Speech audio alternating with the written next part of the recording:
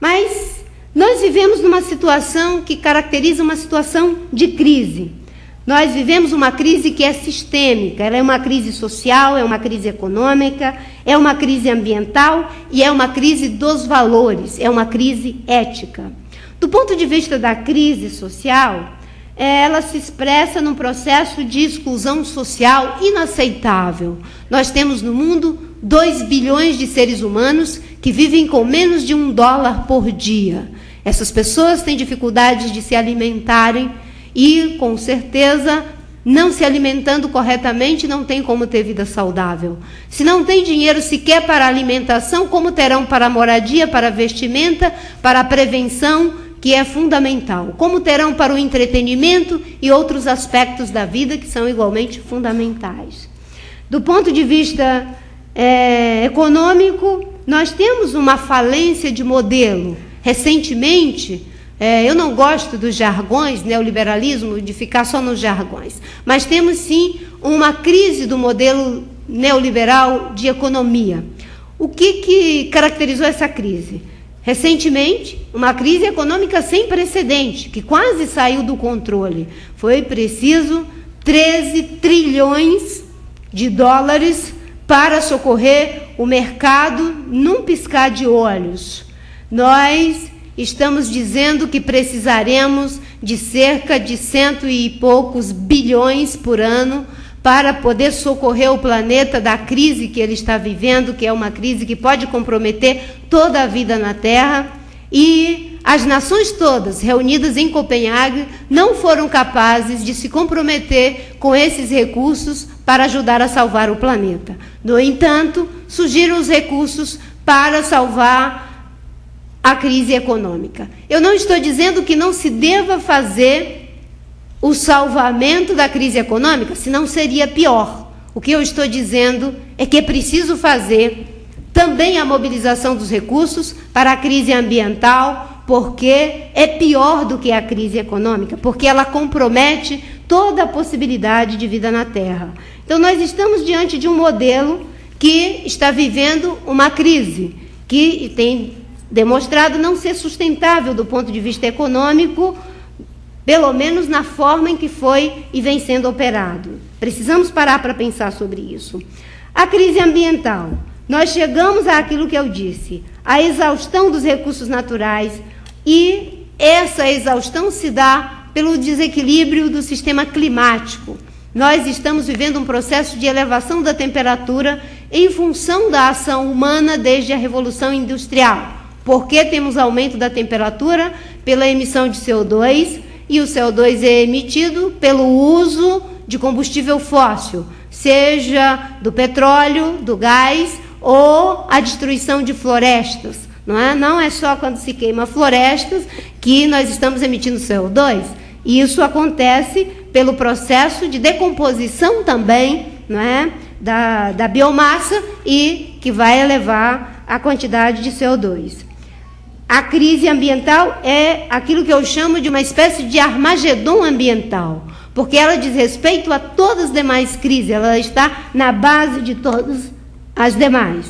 E uma crise de valores, uma crise, poderíamos dizer, ética. E quando eu digo uma crise de valores, eu estou me referindo não à visão de ética como uma ética petrificada, uma ética deificada, que não é capaz de se reelaborar e se reprocessar na história. A ética também se reelabora e se reprocessa na história. Mas eu não estou advogando que tenhamos uma ética relativa, uma ética de circunstâncias, em que você adapta o discurso de acordo com as circunstâncias, para ser mais simpático, menos simpático, aferir mais vantagens em função de uma determinada circunstância. Isso é uma ética de circunstância, é a relativização da ética. Na política, isso às vezes acontece muito, ou acontece na maioria das vezes, quase que o tempo todo. Eu me refiro a uma ética que seja a ética dos valores. A ética dos valores é aquela que é capaz de evoluir na história, mas é também capaz de preservar valores que fazem parte da cultura de todos os povos. Todos os povos, todas as culturas têm princípios de ética, como, por exemplo, o senso de liberdade, de justiça e de amor, em todas as culturas. Isso é algo que permanece, e é em cima disso que a gente deve elaborar a nossa ética. Diante de tantas crises, falarmos apenas de alguma delas, eu tentei, me desculpe, tirar isso aqui, eu não consegui. E eu já estou ficando com o pescoço doído aqui, de ficar nessa posição. Não sei se tem um microfone sem fio, desculpem. Como eu...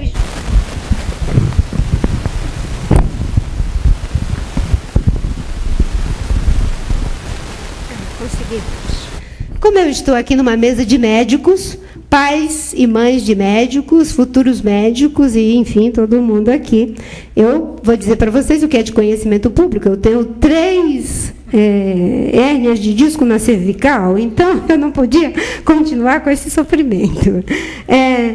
Diante de tantas crises, nós não podemos tratá-las de forma isolada, cada uma delas.